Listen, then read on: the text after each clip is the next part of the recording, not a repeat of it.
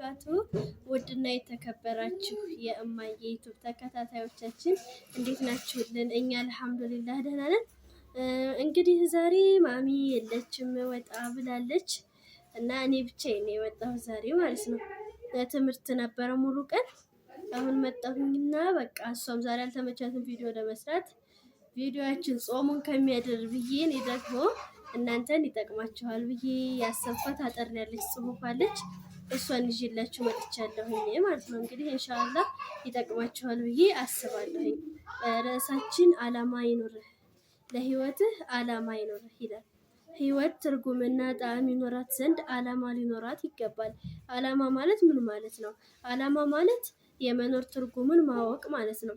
አላማ ማለት ለምን እንደተፈጠርን መረዳት ማለት ነው። አላማ ማለት አንድን ነገር በአይነ ስጋና በገሃዱ ዓለም ከመታየቱ በፊት በአይነ ህሊና በማየት ወደ መሆን ለማምጣት መንቀሳቀስ ማለት ነው።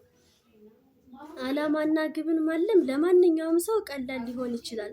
ሆኖም አላማን ወደ ህይወት ለማምጣት መጣር ግን ቀላል አይደለም። ታላላቅ ሰዎችን ታላቅ ያደረጋቸው ሌላ ተአምር ሰርተው ሳይሆን ለህይወታቸው አላማ አስቀምጠው ወደዚያ መንቀሳቀስ በመቻላቸው ነው። አላማ የሌለው ሰው የትም መድረስ አይችልም። አላማ የሌለው ሰው ይጀምራል አይጨርስም፣ ይናገራል መልእክት አያስተላልፍም፣ ይለፋል አይገነባም፣ ይዘረጋል አይጨብጥም፣ ይመኛል አይሰራም፣ የወፍጮ ጋጋታ አይቋረጥም፣ ዱቄት ግን ጠብ ሲል አይታይም። ይህ አይነት ሁኔታ አንድ ነገር የጎደለው መሆኑን አመልካች ነው። ይኸውም መሰረታዊ የሆነ የህይወት አላማና ግብ ያለመኖርን ችግር ይጠቁማል። እንዲሁም አላማ አልባ ተግባር የትም እንደማያደርስ ሁሉ በተግባር መገለጥ የማይችልም አላማም አታላይ ከመሆን የማያልፍ መሆኑን ማወቅ አለብን። ለአላማ ሲሉ መኖር እንጂ ለውጤት ብሎ መኖርም ስኬት አይደለም። ምክንያቱም ለስኬት የሚኖር ሰው ስኬት ያጣ ሲመስለው መንገዱን ለቆ ይወጣል። ለአላማ የሚኖር ሰው ግን ስኬት ያላገኘ ቢመስለውም ጉዞውን ይቀጥላል። የመጨረሻ ውጤቱን በማየትና በማሰብ በዛው ውስጥ መቀጠልና መኖርን ያስቀድማል። አላማው ላኢላሃ ኢላላህ ሙሐመድ ረሱሉላህ የሆነን ሰው የሚኖረው ለዚሁ ነው። ግቡም አላማውም ይኸው ነው። ሁለመናው በዚሁ ላይ የተቃኘ ነው። የወቅቱ ሁኔታ ሊያደናቅፈውና ሊያስወጣው አይሞክርም። የሰዎች አላማ አይነትና መጠኑ የመለያየቱን ያህል ውጤቱ የተለያየ ሊሆን ቢችልም የጉዞ ሂሳብ ግን አንድ ነው። ይኸውም አስቀድሞ ማየት ከዛም ወደዛው መገስገስ። ይህ ስሌት ለቅርቢቱም ይሁን ለመጪው ዓለም በተመሳሳይ ሁኔታ ይሰራል። ለአላማ ሲሉ መኖር የሰው ልጅ ከእንስሳት የሚለይበት ድንበር ነው። የሰው ልጅ ሲርበው ለመብላት፣ ሲጠማው ለመጠጣት፣ ሲደክመው ለማረፍ ብቻ ከኖረ ሰው መሆን ማንነት ውስጥ እየኖረ ነው ለማለት ፈጽሞ አያስደፍርም። እያንዳንዳችን በዚህች ዓለም ላይ በጋራ የምንፈልገው ነገር መኖሩ እርግጥ ነው። እርሱም በሰላማዊ ሁኔታ ደስ የሚል ኑሮ መኖር ነው። ሁላችንም ወጣንም ወረድን፣ ተማርንም ነገድን የመጨረሻው ዓላማችን ይህን ደስታ ማግኘት ነው።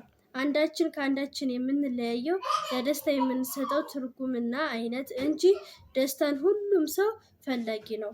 ዳሩ ግን ከዚሁ ሁሉ ምድራዊ ሁኔታ በኋላ ምን መሆን የሚቻል ይመስላችኋል?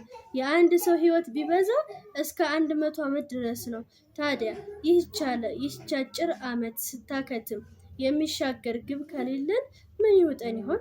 ከዚህም በላይ ደግሞ በዱንያ ላይ እውነተኛና ዘላቂ ደስታ አይገኝም። ምክንያቱም የሰው ልጅ ዓላማና ውጥን በዚህች ዓለም ላይ 100% ተግባራዊ የሚሆንና የሚሳካ አይደለም። ፍጹም ልንቆጣጠራቸው የማንችላቸው ነገሮች እዛም እዚህም መከሰታቸው ይህን ያረጋግጣል። ለመሆኑ ይህ ዋናና ወሳኝ የሆነው የህይወት ዓላማ መሰረቱ የሚነሳው ከየት ነው? ዋናው የህይወት ዓላማ የሚነሳው ሰው ከመሆን ማንነት ላይ ነው። እኔን ማን አስገኘኝ? ለምን በዚህች ምድር ላይ እንድኖር ተደረኩኝ? በዚህች ምድር ላይ ስኖር ምን ይጠበቅብኛል? ከዚህች ህይወት በኋላ ወዴት እሄዳለሁ? ምንስ ይጠብቀኛል? ከሚሉት ሚሊዮን ዋጋ ካላቸው የጥያቄ መልሶች ላይ ይፈጠራል። የሰው ልጅ እውነተኛ ማንነት እነዚህን ጥያቄዎች ከመመለስና ካለመመለስ ጋር በቀጥታ ይገናኛል። እነዚህ መሰረታዊ ጥያቄዎች በሁሉም የሰው ዘር ልብ ውስጥ በቀጥታ ይገኛሉ። ለእነዚህ ጥያቄዎች የሚሰጠው መልስ የሰው ልጅን ዋናውንና እውነተኛውን የህይወት ግብ ይቀይሳል። እንግዲህ ይህ መሰረታዊና ዋና ግብ ነው። በጊዜና በሁኔታዎች እየተሸነሸነ በመከፋፈል የሰዎችን የየዕለት ማንነት የሚመራው። እነዚህ የተከፋፈሉ ግቦች ሄደው ሄደው የአንድ ሰው መጨረሻ ማንነት ይወስናሉ። ሁሉም ሰው ያለውን ሀብት፣ እውቀት፣ ሙያ፣ ጊዜ፣ ስልጣን ያለውን ኃይል ወደየት ይዞት እንደሚሄድ መንገድ የሚወስንለት ይኸው ዓላማ ነው። ማንኛውንም ሰው ያለምንም ግፊትና ቅስቀሳ አንድን ነገር እንዲያደርግና ከአንድ ነገር እንዲቆጠብ የሚያደርገው ይኸው የህይወት ዓላማው ነው ይላል። እንግዲህ ስላዳመጣችሁኝ አመሰግናለሁ። ጀዛኩሙላህ ኸይር። እንግዲህ ተጠቀሙበታላችሁ ብዬ አስባለሁኝ። ላይክ፣ ሼር፣ ሰብስክራይብ በማድረግ አበረታቱን እላለሁ። አሰላሙ አሌይኩም ወራህመቱላሂ ወበረካቱ።